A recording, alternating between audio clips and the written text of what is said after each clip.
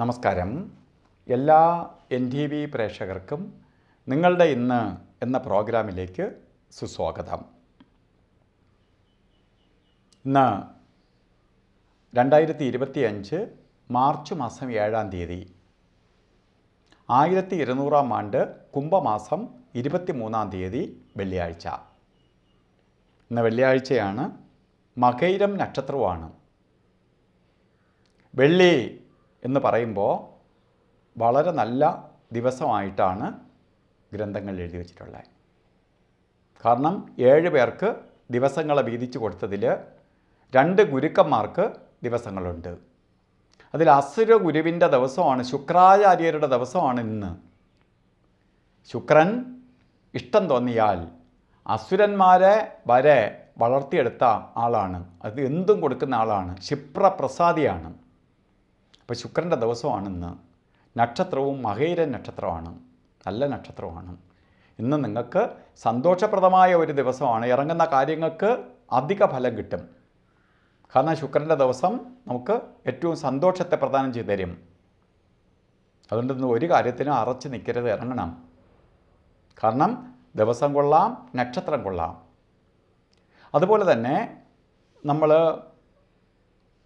വാർഷിക ഫലം എന്ന് പറയുമ്പോൾ ഓരോ ജനിക്കുന്ന, അതായത് നക്ഷത്രം അന്നത്തെ ബർത്ത്ഡേ ഫലത്തെ ചിന്തിക്കുമ്പോൾ മകയിര നക്ഷത്രത്തിൽ, കുംഭമാസത്തിലെ മകയിര നക്ഷത്രത്തിൽ ജനിച്ചവർക്ക് വളരെ ഭാഗ്യദായകമായ ഒരു വർഷമാണ്. കാരണം കുടുംബത്തിനകത്ത് വിവാഹം നടക്കാത്തവർക്ക് വിവാഹം നടക്കും. അല്ലെങ്കിൽ നമ്മളുടെ തന്നെ കല്യാണം നടക്കാതിരിക്കുന്നെങ്കിൽ കല്യാണം നടക്കും. വിവാഹ ജീവിതത്തിൽ എന്തെങ്കിലുമൊക്കെ പ്രോബ്ലംസ് ഉള്ളവർക്ക് പരിഹരിക്കപ്പെടും. വാഹനം വാങ്ങാൻ സാധിക്കും. ഗ്രഹോപകരണങ്ങൾ ശേഖരിക്കാൻ പറ്റും. മറ്റ് സന്തോഷപ്രദമായ അവസ്ഥകളുണ്ടാവും ഈ ഒരു വർഷവും. അപ്പോൾ അതിനൊക്കെ വേണ്ടി ശ്രമിക്കണം. ഇതെന്താണോ നമുക്ക് വേണ്ടത് അതിനു വേണ്ടി പ്രയത്നിക്കണം. അപ്പോൾ തരും ശുക്രൻ. പക്ഷെ അതിനു വേണ്ടി പ്രയത്നിക്കണം. പ്രയത്നിക്കേണ്ട അവരവരാണ്. അല്ലാതെ ഒന്നും കിട്ടത്തില്ല.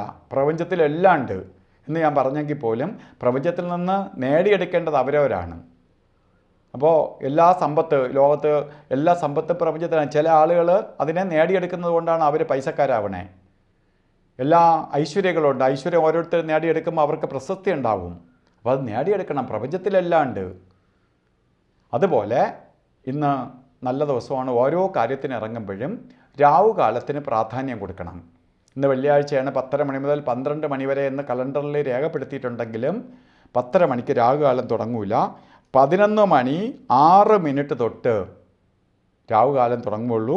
12:36 വരെ രാവുകാല സമയം. അപ്പോൾ രാവിലേക്ക് ഇറങ്ങണവർ രാവുകാലം എന്നതിൻ്റെ ആവശ്യമില്ല. കാരണം രാവിലെ അങ്ങ് ഇറങ്ങുമല്ലോ.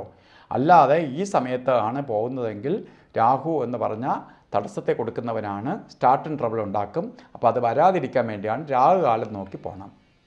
അതുപോലെ നമ്മൾ 2 സമയങ്ങൾ വളരെ ശ്രദ്ധിക്കണം. യമകണ്ഠകാലവും ഗുളികകാല സമയവും. എല്ലാ കാര്യങ്ങൾക്കും ഈ 2 സമയം എടുക്കരുത്. ഏത് നല്ല ദിവസമായാലും. അതിൽ ഗുളികകാല സമയം വരുന്നത്, ഗുളികൻ്റെ ബന്ധം നിൽക്കുന്ന സമയത്ത് രാവിലെയാണ് 8 തൊട്ട് 9:37 വരെയും. യമകണ്ഠകാല സമയം വരുന്നത് 3:34 തൊട്ട് 5:03 വരെയും. ഈ സമയം ഒരു ശുഭകാര്യത്തിനും എടുക്കരുത്. അപ്പോൾ ഇന്നും അഭിജിത്ത് മുഹൂർത്തമുണ്ട്. അഭിജിത്ത് മുഹൂർത്തം നമുക്ക് വരുന്നത് തന്നെ 12:12 തൊട്ട് 1 മണി വരെ. 12:12 തൊട്ട് 1 മണി വരെ അഭിജിത്ത് മുഹൂർത്തത്തിൻ്റെ സമയമാണ്. ഈ സമയം നമുക്ക് എല്ലാ കാര്യത്തിനും എടുക്കാം. അല്ലാതെ തന്നെ ഇന്ന് മുഹൂർത്തമുണ്ട്. അതുപോലെ ഇന്നും നമ്മൾ ഓരോ കാര്യത്തിന് ഇറങ്ങുമ്പോൾ വസ്ത്രധാരണം ശരിക്ക് ശുക്രൻ്റെ കളറ് ശരിക്ക് റെഡ് മിക്സായിട്ടുള്ള കളറാണ്. അപ്പോൾ റെഡ് മിക്സായിട്ടുള്ള കളറ് വസ്ത്രധാരണത്തിൽ ഉൾപ്പെടുത്തുന്നത് നന്നായിരിക്കും. ഇപ്പോൾ ശുക്രഭഗവാന്റെ പോസിറ്റീവ് എനർജി നമ്മളിലേക്ക് കയറി നമുക്ക് കൂടുതൽ ശോഭിക്കാൻ ഇടവരികയും ചെയ്യും. അപ്പോൾ ഇന്നത്തെ ദിവസം എല്ലാവർക്കും ഭാഗ്യദായകമായി തീരട്ടെ എന്ന് പ്രാർത്ഥിച്ചുകൊണ്ട് നിർത്തുന്നു. നന്ദി, നമസ്കാരം.